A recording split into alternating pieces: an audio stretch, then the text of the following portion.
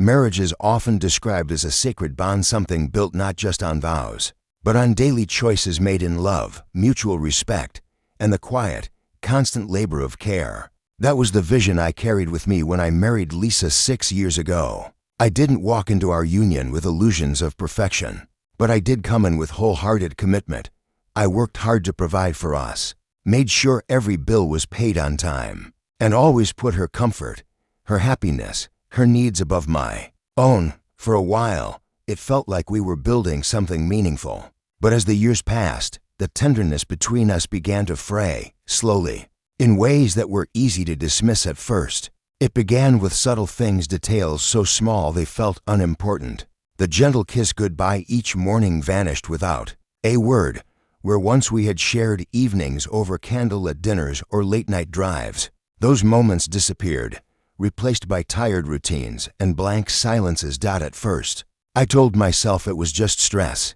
Maybe she was overwhelmed at work or carrying something private she hadn't found the words to share. So I gave her space, thinking it was the kindest thing I could do.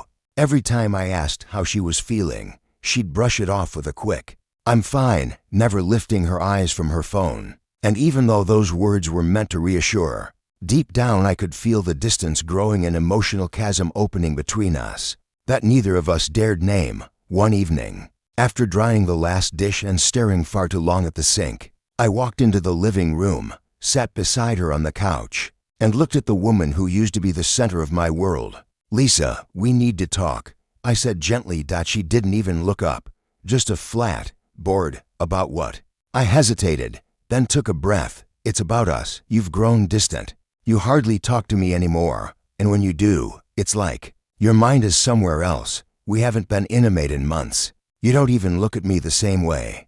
She sighed, deep and heavy, as if I had just asked her to carry a burden she'd long set down. "I don't see why that's such a big deal," she replied with a shrug, as though I were overreacting. A knot formed in my chest. "Lisa, we're married. We're supposed to be close emotionally and physically. That connection is what binds us." Finally, she set her phone aside, crossing her arms, her posture turning defensive. "I don't have to be intimate with you just because we're married," she snapped, her tone laced with irritation. Her words hit like a slap, not because she was wrong, but because the way she said it revealed just how far apart we'd drifted. I wasn't demanding anything. I was pleading for a return to the love we once shared. "That's not what I'm saying," I replied calmly. "This isn't about entitlement. It's about closeness, about love. We used to hold each other just to feel close. We used to care." Her face twisted into a scornful expression. "So, you think just because we signed a paper, I owe you my body?" My jaw clenched, my voice steady. "I think marriage is about more than just living under the same roof. It's about showing up, about connection. And lately, you've shut me out." She rolled her eyes like none of it mattered. "Well, if that's what you expect from me, maybe I'm just not the wife you thought I was." That sentence landed like a final blow. In that moment, something inside me shifted. The weight I'd been carrying for years, the constant effort, the hoping, the forgiving fell away. I sat in silence, feeling clarity rise through the sorrow. "Okay," I said quietly, standing up. She looked up, confused. "What?" I reached for my jacket. "I hear you," loud and clear. Her eyes narrowed. "Where are you going?" I met her gaze. For the first time in a long while, I really saw her not as the woman I'd married, but as the person she'd become. Someone who no longer loved me, not in the way I needed to be loved. "I'm leaving," I said simply. Her face twisted in disbelief. "You're overreacting." I shook my head.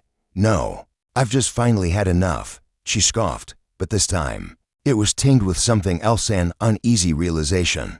Maybe for the first time, she understood that I wouldn't always be the man waiting, forgiving, trying. She had mistaken my loyalty for weakness, but something had changed. I had changed. That night, I left the home we had shared and checked into a small hotel a few miles away. I didn't cry, didn't rage.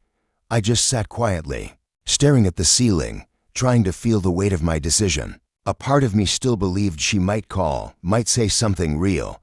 But a week passed, and then I got a text. "Are you really leaving over this? Grow up." That was all it took.